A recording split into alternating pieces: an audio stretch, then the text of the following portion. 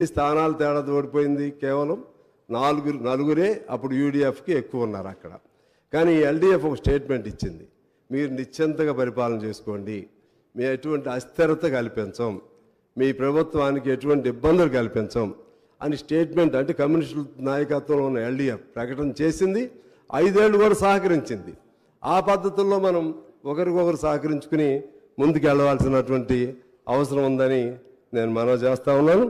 అదేవిధంగా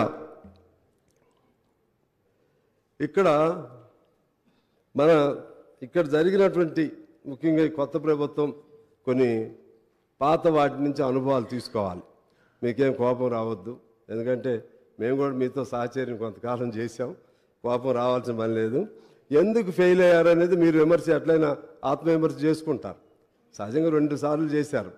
వాళ్ళు ఎందుకు ఫెయిల్ అయ్యారు అనేది మీరు జాగ్రత్త తీసుకోవాలి. ఆ తప్పులు జరగకుండా చూసుకోవాలి.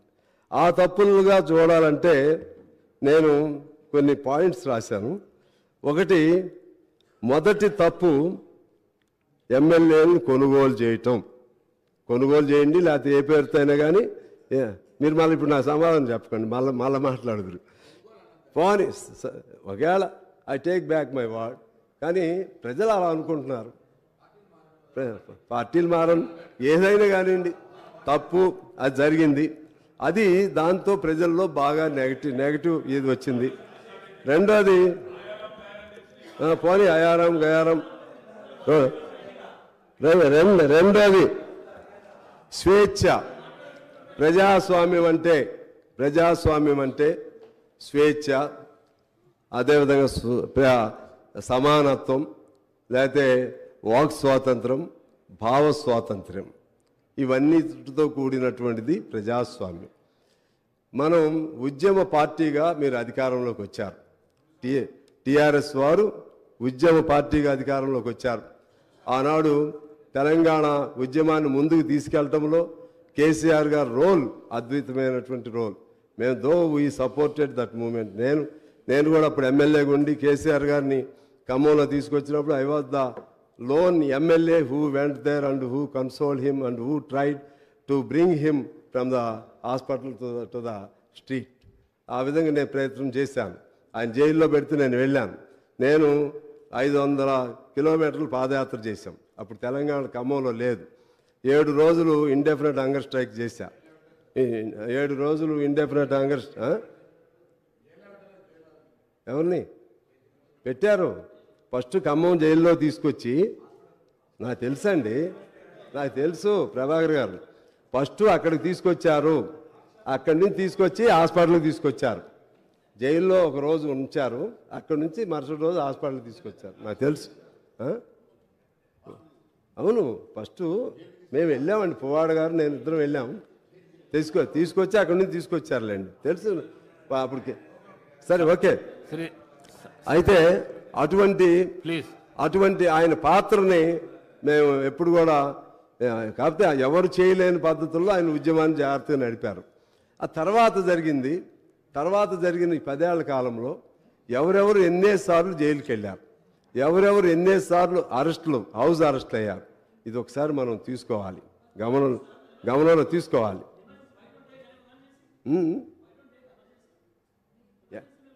ఆ తప్పులే మీరు చేస్తారా?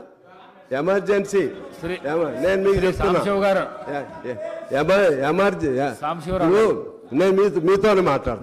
I will straightly talk to you sir. ఎమర్జెన్సీలో తప్పులు చేస్తే ఆ తప్పులు మనం చేయాలా? అప్పుడు ఏం తప్పులు చేస్తారో ఆ తప్పులు మనం చేస్తామా? ఇప్పుడు కాంగ్రెస్ పార్టీ కొన్ని తప్పులు చేసింది, అందుకనే కదా వారు కూడా అందులోంచి కూడా తిరగబడి ఆ తప్పులు సరిదిద్దుకోవడానికే సోనియా గాంధీ గారు తెలంగాణ ఇవ్వడానికి సంసిద్ధురాలయ్యారు.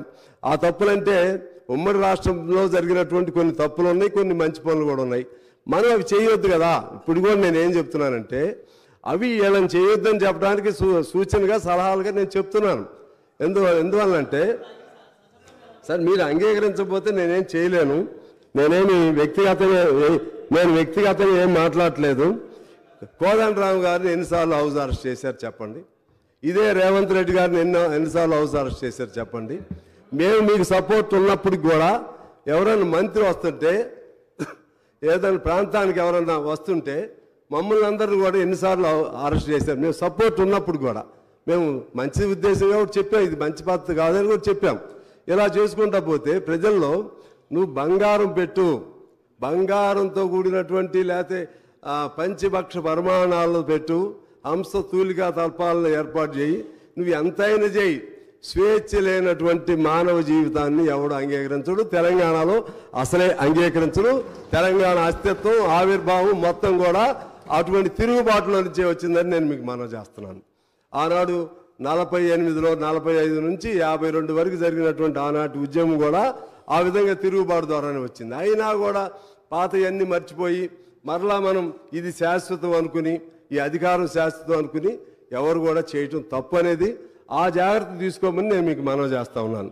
ఎందుకంటే రేవంత్ గారు లోపల ఉన్నాడు, మీరు మన ప్రభాకర్ గారు మీరు అందరూ లోపల ఉన్నారు, మేమందరం కూడా లోపల ఉన్నాం. ఇలా ఉండే పరిస్థితి రాకుండా స్వేచ్ఛా వాయువులతో కూడినటువంటి స్వచ్ఛమైనటువంటి సమానత్వంతో కూడినటువంటి స్వేచ్ఛా తెలంగాణ మనకు కావాలి. ఆ విధంగా ఉంటే మీరు మీ హామీలు కొన్ని ఫెయిల్ అయినా సరే వాళ్ళకి వెంటిలేట్ చేయాలి, వాళ్ళు మాట్లాడి ఇది మీకు చెప్పాం, చేస్తా ఉన్నాం, చేయలేకపోయాం, ఇది చేయలేకపోయాం, ఈ ఇబ్బందులు ఉన్నాయి, మరలా చేస్తాం, మాట్లాడాలి కదా. ప్రజలతో మాట్లాడకుండా మనం స్వీయ నిర్బంధం పెట్టుకుని మనం ఎక్కడో కూర్చుని ప్రజలు ఒక చోట ఇవాళ ఎందుకు మార్పు వచ్చింది? ఇప్పుడు మీరేమి ఇవ్వలేదు, ఇంకా ఏమి ఇవ్వకపోయినా సరే 2-3 రోజుల్లోనే ప్రజల్లో ఒక ఆనందమైనటువంటి భావనలు వచ్చేసినాయి. ఏదో మేము పంజరం నుంచి బయటకు వచ్చినట్టుగా భావనలు వచ్చినాయి. ఇది ఎంతకాలం ఉంటుంది? ఉండాలని కోరుకుంటున్నాం. ఎందుకంటే ప్రభుత్వాలకు ఉన్న సహజమైన స్వభావం ఏంటంటే రాజ్య స్వభావం అంటారు దాన్ని. ఆ రాజ్య స్వభావం ఏంటంటే అల్టిమేట్గా పోలీసుల మీద ఆధారపడతారు, పోలీసుల మీద నిర్బంధాల మీద ఆధారపడతారు, జైళ్ళ మీద ఆధారపడతారు, ప్రశ్నించేవాడిని లోపలేస్తారు, ఇంకా ఎక్కువ ప్రశ్నిస్తే ఒప్పాలని చట్టాలు పెడతారు. చట్టాలు పెట్టకూడదని తెలిసి కూడా మనమే ఉద్యమాల్లో చేస్తాం, మనమే ఆందోళన చేస్తాం. ప్రతిపక్షంలో ఉన్నప్పుడు అధికార పక్షంలోకి వచ్చినప్పుడు అవన్నీ మర్చిపోతూ ఉంటాం. దయచేసి అటువంటి వాటి జోలికి వెళ్ళొద్దని చెప్పడానికే నేను మీకు ఇవన్నీ కూడా చెప్తానే ఉన్నాను. అదేవిధంగా ధర్నాలు లేవు, ఆ రోజుల్లో అసెంబ్లీలో మాట్లాడే అవకాశం లేదు, ఆందోళనలు లేవు, సమ్మెలు చేస్తే ఉద్యోగాల నుంచి తీసివేశారు. ఒక్కో సమ్మె తీసుకోండి, చిన్న వాళ్ళు, ఎస్సీలు, ఎస్టీలు, పంచాయతీల్లో పనిచేసేవాళ్ళు, మున్సిపాలిటీలో పనిచేసేవాళ్ళు, వాళ్ళని సమ్మె చేశారని చెప్పి మీరు సమ్మె చేస్తారా? సమ్మె అనేది బ్రిటిష్ వాడే మనకి ఇచ్చినటువంటి చట్టం. బ్రిటిష్ వాడి కాలంలోనే సమ్మెలు చేసేసాం, వాళ్ళని తీసేశారు. అది కరెక్ట్ కాదు అని చెప్తున్నాం. మేము అప్పుడు చెప్పాం, ఇప్పుడు చెప్పాం, రేపైనా చెప్తాం, మీకైనా చెప్తాం, ఎవరికైనా చెప్తాం. మా బాధ్యత అది, మా బాధ్యత. ఇవాళ మీ సపోర్ట్తో నేను గెలిచినా, కాంగ్రెస్ పొత్తులో గెలిచినా సరే ఇటువంటి ఇబ్బందులు వచ్చినప్పుడు ఖచ్చితంగా చెప్తాం. చెప్పడం మీకు మంచిది, ఎవరికైనా మంచిది. అందువలన మీరు కూడా తప్పుగా తీసుకోవద్దని నేను కోరుతా ఉన్నాను. జరిగింది లేదో ఒకసారి మీరే చూసుకోండి. ఓపాలాంటి చట్టాలు కేంద్రం ఇక్కడ ఎందుకు పెట్టాలి? మనం ఎన్ని ఆర్గనైజేషన్స్ మీద బ్యాన్ పెట్టారు చెప్పండి? పౌర హక్కుల పైన బ్యాన్ పెడతారు, అది కేంద్ర ప్రభుత్వం చట్టం. కానీ అమలు చేయాల్సింది మనం. దాన్ని అమలు చేయొద్దు అనుకుంటే చేయకూడదు. నాకు చట్టం తెలుసు, నాకు I know the law. Even central government decided